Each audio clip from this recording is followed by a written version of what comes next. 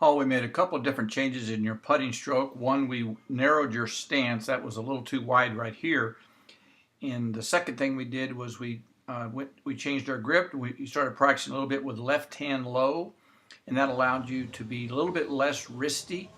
You had a tendency with your existing stroke, the back of that left hand to buckle and hinge too much, and it makes it difficult to have consistent speed control. Swing to your pose. Good. That's really good, Hall. This is your new stroke, and you have a more narrow stance. You have left hand low, and you really swing the handle forward past your left leg and hold that finish. This is a much better stroke. It's a new stroke, and you're going to have to practice it, but you're going to be a much better putter once you own the feeling of this and it becomes really natural.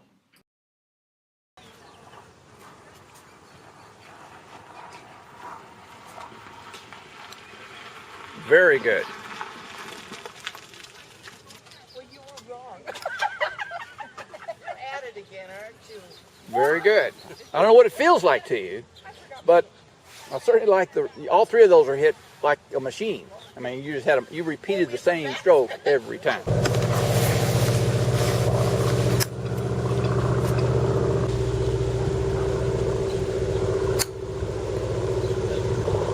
I always hit short.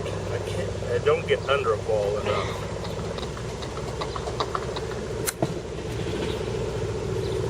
The last two are good, right? Yeah. Okay.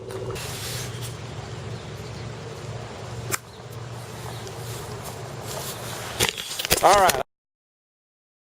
First thing we changed, Hall, was your setup, and I wanted to get you with your feet a little bit closer together so you could put more weight on your left side to get that low point in front of the ball. The low point of your swing arc needs to be in front of that golf ball. And to do that, you want to have more weight on your left foot, and you want to have your hands in front of the golf ball.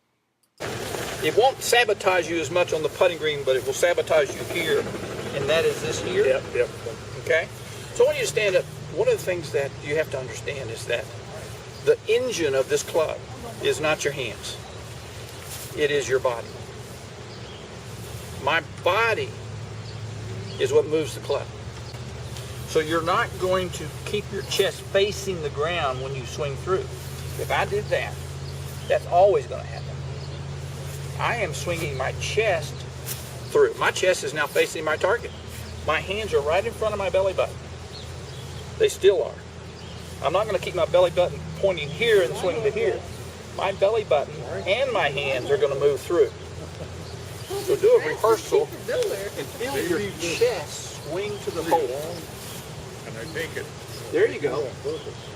Now that you won't chicken wing that elbow that way. Beautiful. See how that left elbow is not chicken winged? Yeah. There's no reason for it to. You took away the reason. Your left elbow was doing that for a logical reason because your body stalled. It stopped. Now everything can move through in a connected fashion. So swing to that. Do one more practice swing. Hold your pose. Now hold it right there. This is the only thing I care about. I want you to swing at a golf ball and try to duplicate this pose.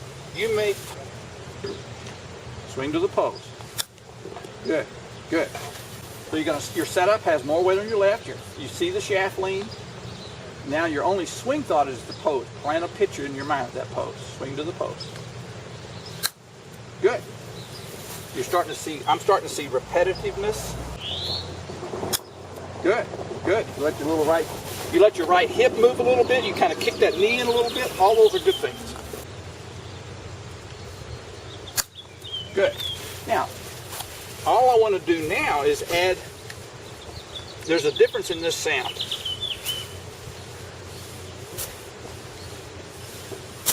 Than that one. That's a deeper brush. Light brush. Deeper. You get a little deeper brush. Same finish though. Yeah, that's what I want. Down and finish. That ball's going to get up in the air. Oh, look at that. That feel different? I came out like butter. Very nice. Very good. Here you're chipping with your new setup, feet closer together, hands forward, weight on your left side. Very good technique. Swinging your handle forward, letting your chest swing, your arms connected. Very, very good.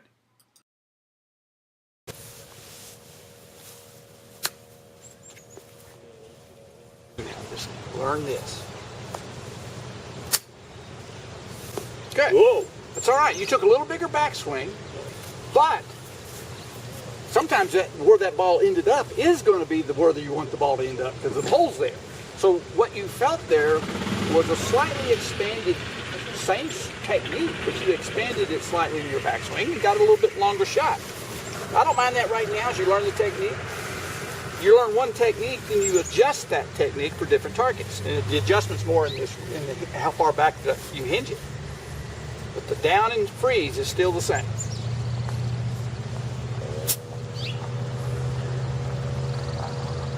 Hinge, down, chop. There you go. You don't do the down, you're going to blade it. You're trying to get to the earth, not the grass. Look at that pop up. Chop up to the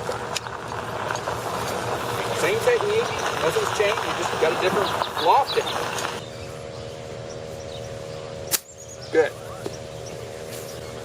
So if I go back to here, I still want to have an accelerating, some authority to this.